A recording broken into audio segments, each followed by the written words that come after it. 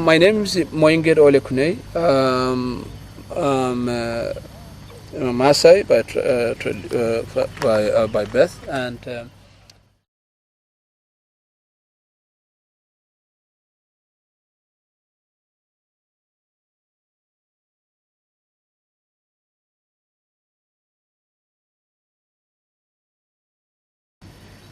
basically chiefs are just like me and you. They are normal people, but chosen to take a lead in such circumstances, and usually they're selected by elders and the chiefs and assistant chiefs, and then when you are sworn in, then you take your responsibility, full swing. So we have 8 chiefs in total of 900,000. Scattered all over Maasai in 4 zones, and I'm among the 8 chiefs. Under us, we have elders who will probably immediately sort out some of the small issues. But when you come to death and life, like the drought, like now, this is where everyone has to be responsible.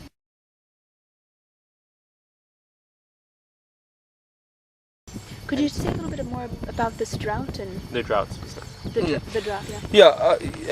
As I've been talking to more older people than me, talking to a man of 84, 76, and my brother who is 72.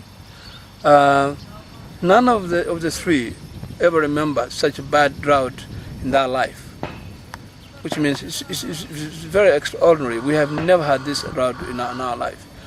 And it is costing us a lot because, first of all, we don't have experience like this, so we never prepared ourselves in such a situation. And 2, since we only depend on livestock, then it's hard to have a substitute if you don't have the livestock. Yeah. We have tried to contact a lot of people, including, of course, the government, some NGOs, the World Food Program. None of them has shown any positive reaction to this. They agree, they admit that they have heard from the government, the World Food Program, but that's all they say to us.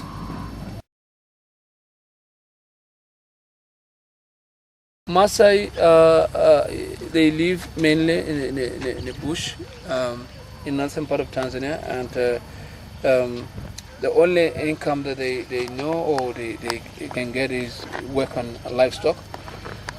So more than 95%, if not 100%, would depend on the livestock. And in a bad year like now, where there's drought, if the health of the livestock is not very good, then automatically their life is not very good either. It runs from not enough, not giving enough milk for the family, or not giving enough health flesh meat for eating, or it does not even reflect the good price for if you are trying to sell.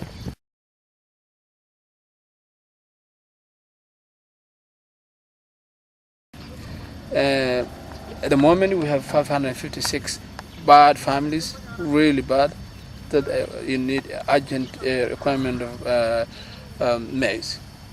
And can you tell us, in a family, about how many people, if you're talking 556 families, about how many people total? In our setup, a family means a man and many wives, in the order of 2, 4, 6, 8, and not 1, 3, 5, 7, with dozens of children, or 12 children per wife. So if you have 4 wives, you easily make about 48 children in a family. Then very close to 50. Then this, if you multiply by 556, that's quite a lot. It's about 25,000. Yeah, that's right. 25,000 people who may starve if they don't get that's food. Right. So. That's right. And how long do they need the food for? When do you think things will get better and they will not need the maize? If we got a short rain, which nobody can tell, in November, December, then we'll probably need it for a very short time, to say in 2 or 3 months. But if you don't get short rain, which is the case in most of the time over the last 3 years, then not until March the 15th onwards, when the rain comes. Yeah. And if they don't get corn, you think some of them could die of starvation? Or easily. And how many bags of corn does a family need to survive? At least they need about 2 debits, 40 kilos of maize a week. And how many kilos in a bag?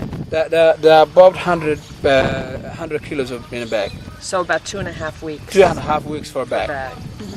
And how much does a bag of corn cost to buy? $85. How urgent is this situation? How urgent? Actually, it's very, very urgent. I mean, if I were in a position to say now means now. I mean, there's only room to wait until tomorrow or the day after, just because there's no means. But I would probably say now.